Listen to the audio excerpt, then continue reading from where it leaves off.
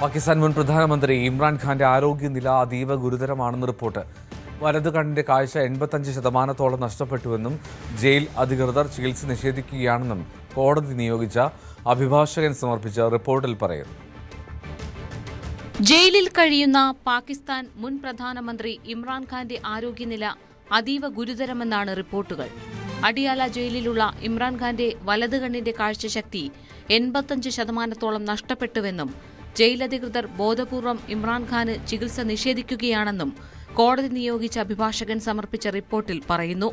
സൈനിക ഭരണകൂടത്തിന്റെ ഒത്താശയോടെ മനുഷ്യത്വരഹിതവും നിയമവിരുദ്ധവുമായ പെരുമാറ്റമാണ് ഇമ്രാൻഖാനോട് കാണിക്കുന്നതെന്നാണ് ആരോപണം.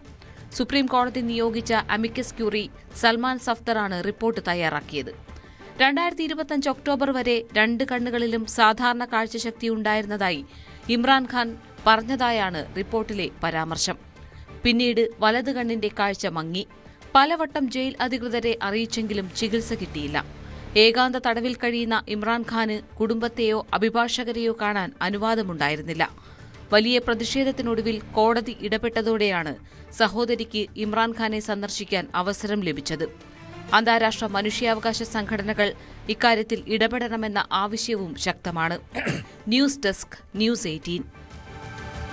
ഫ്രാൻസുമായി ചരിത്രത്തിലെ ഏറ്റവും വലിയ പ്രതിരോധ കരാർ ഒപ്പിടാൻ ഒരുങ്ങി ഇന്ത്യ. വ്യോമസേനയ്ക്കായി 114 റഫാൽ യുദ്ധവിമാനങ്ങളും നാവികസേനയ്ക്കായി 6 P-8A പെട്രോൾ വിമാനങ്ങളും വാങ്ങും. പ്രതിരോധ മന്ത്രി രാജ്നാഥ് സിംഗിന്റെ അധ്യക്ഷതയിൽ ചേർന്ന ഡിഫൻസ് അക്വിസിഷൻ കൗൺസിൽ ഇത് സംബന്ധിച്ച അനുമതി നൽകി.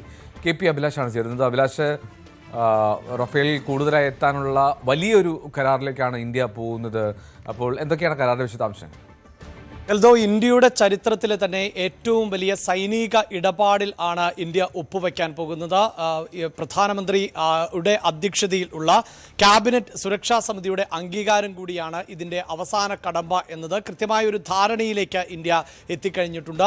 3.6 ലക്ഷം കോടി രൂപയുടെ കരാറിൽ ആണ് ഫ്രാൻസുമായി ഏർപ്പെടാൻ പോകുന്നത്. അടുത്ത ദിവസം തന്നെ, അതായത് ബുധനാഴ്ച തന്നെ ഇതുമായി ബന്ധപ്പെട്ട ഒരു കരാറിലേക്ക് ഏർപ്പെടും എന്ന് തന്നെയാണ് നമുക്ക് മനസ്സിലാക്കാൻ സാധിക്കുന്നത്. റഫേൽ യുദ്ധവിമാനങ്ങളും അതോടൊപ്പം തന്നെ മറ്റ് യുദ്ധവിമാനങ്ങളും ഉൾപ്പെടുന്ന ബൃഹത്തായ ഒരു കരാറിൽ ആണ് ഏർപ്പെട്ടിട്ടുള്ളത് എന്നതാണ് എടുത്തു പറയേണ്ടത്. നമുക്കറിയാം, നിലവിൽ തന്നെ ഇന്ത്യക്ക് സുഖോയ്, ജാഗ്വാർ ഉൾപ്പെടെയുള്ള യുദ്ധവിമാനങ്ങളുണ്ട്. അതോടൊപ്പം തന്നെ ഇന്ത്യ തദ്ദേശീയമായി വികസിപ്പിച്ച കൂടുതൽ വാർത്തകൾക്ക് news 18 Keralam YouTube channel subscribe ചെയ്യുക.